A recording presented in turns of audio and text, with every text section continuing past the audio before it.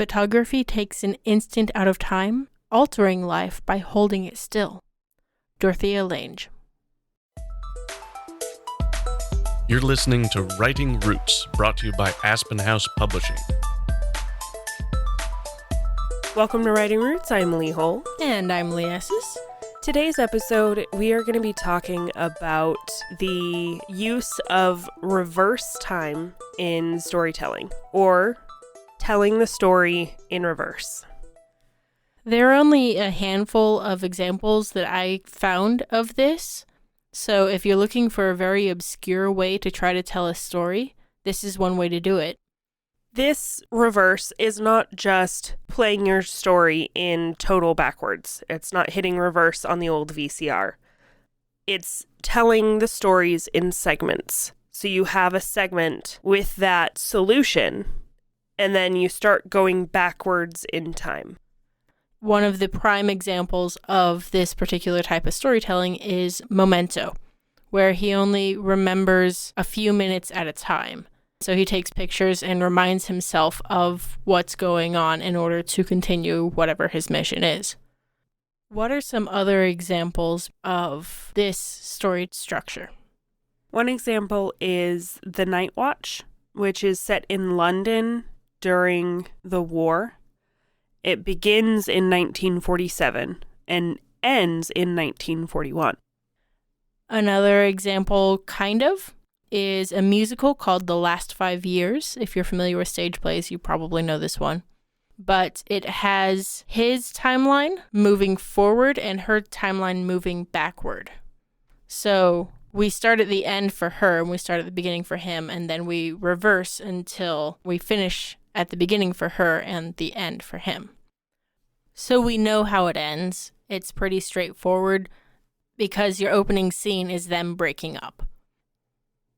If you haven't been able to tell so far, this structure is not a fast-paced action. This is a slow burn. It makes you think. It's not one that you can rush through with a bunch of fight scenes.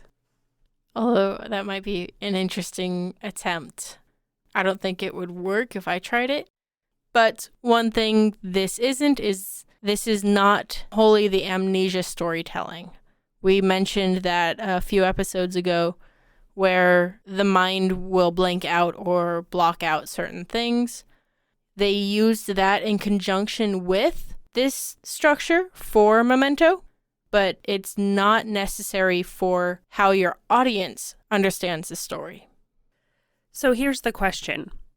You were saying that Memento was basically him remembering the past. So how is that different from just having flashbacks? In Memento, as I recall, it was a flashback of a flashback of a flashback of a flashback. But the audience experiences this story in reverse. In this case, yes, also the character does because of the amnesia level.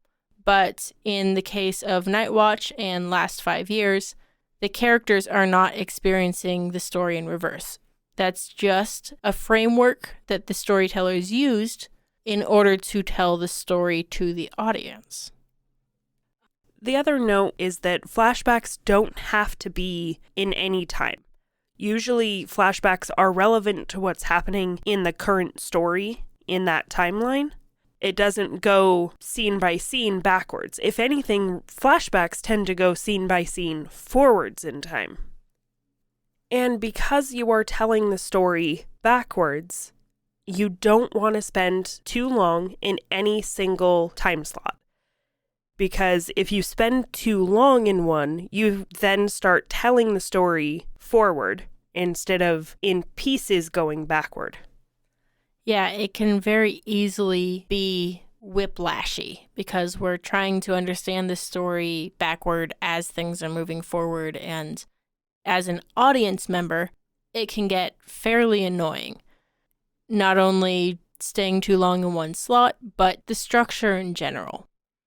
If you don't establish off the bat that you're moving backward, you need to make sure that your audience is aware almost immediately this is what's happening. This is how we're telling this story, and get them to accept it before you continue forward. You also really need to be careful with this style because if you don't do it right, it's just annoying. Because you can't track, because the readers struggle to actually figure out what the story is if you're doing it chaotically. So, you pantsers out there, I don't recommend trying this. Because you need to know how the story ends. You have to plot out all the pieces.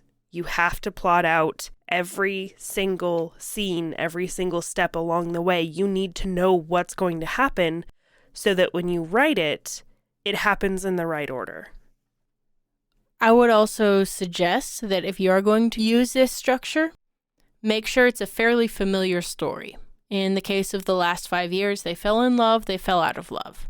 It's nothing special or unique. There's nothing special or unique about these characters and the trials that they go through. It's the structure that makes this story.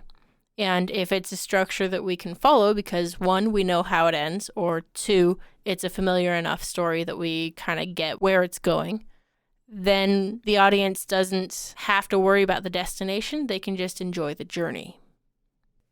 This is where the readers are forced to think about it. This is where they're asking those questions of why and how.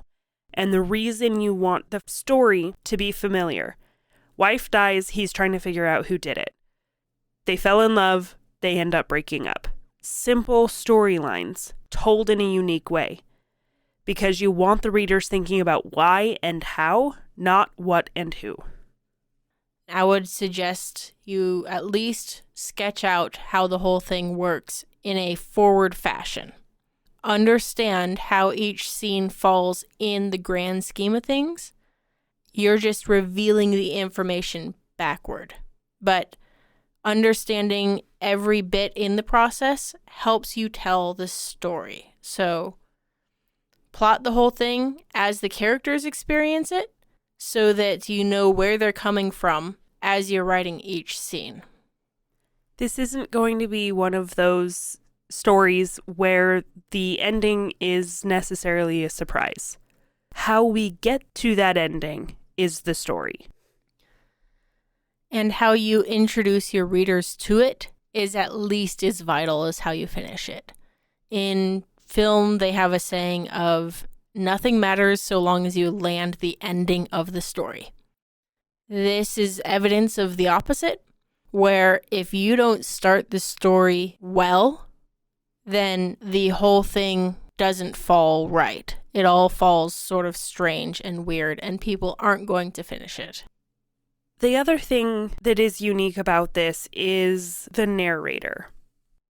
If the character is aware that the story is going in reverse, it's the character that is telling the story.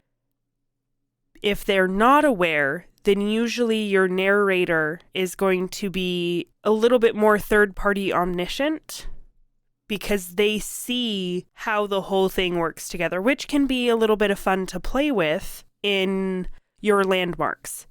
You know, your narrator can point out the important things. You still want it to be, subtle. You don't want to shove the reader's face in the landmarks. But the narrator gives you a way to kind of play with that.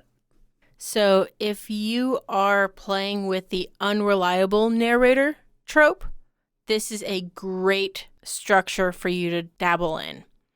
Because if your narrator doesn't remember or is trying to deceive in some regard, this would be a fun one to reveal how stuff actually happens, so the audience can still get to the truth and then not believe the narrator. And if it's in the case of something like Momento where the narrator doesn't know, he can be deceived, and then we as audience members can be deceived right along with it. Another example we could go with is a cop who's investigating a murder. And so he's following the trail back from the murder. Okay, then we saw this car here. We're going to interview the person who saw the car. And then they said, yeah, I saw someone walk into the car. We're moving backward in time to reveal how this murder took place. We know the murder is the end of the story. But there's still a reason for us to keep watching because we want to know how. And it doesn't really matter who the murderer is. we aren't trying to solve the murder like we would in a crime drama. It's a how did these things happen? How did all of these pieces land and come to this? And what exactly was the motive behind the murder? Hopefully this episode has given you an idea of something new you can try, a unique way to tell a story, because that's really what this is. There aren't a lot of examples out there, unlike when we talked about story within a story, our last episode. This is a difficult storytelling technique, but so many possibilities if it's done right. I wouldn't suggest bringing this to your writing club, but maybe if you're doing like an episodic style story, which we'll talk about for our bonus episode, this might be a way to try it out. So each episode is another step backward in time, but if it's just going to be a short story or something you're entering into a competition, this would be very difficult to pull off well. This is one of those, you need a lot of words to tell this story right. You can't do it in less than 5,000 words. I think you would struggle to do it in a novella, even. But I invite you to prove us wrong. Let us know. We are happy to check out your story if we can, so long as you write selfishly.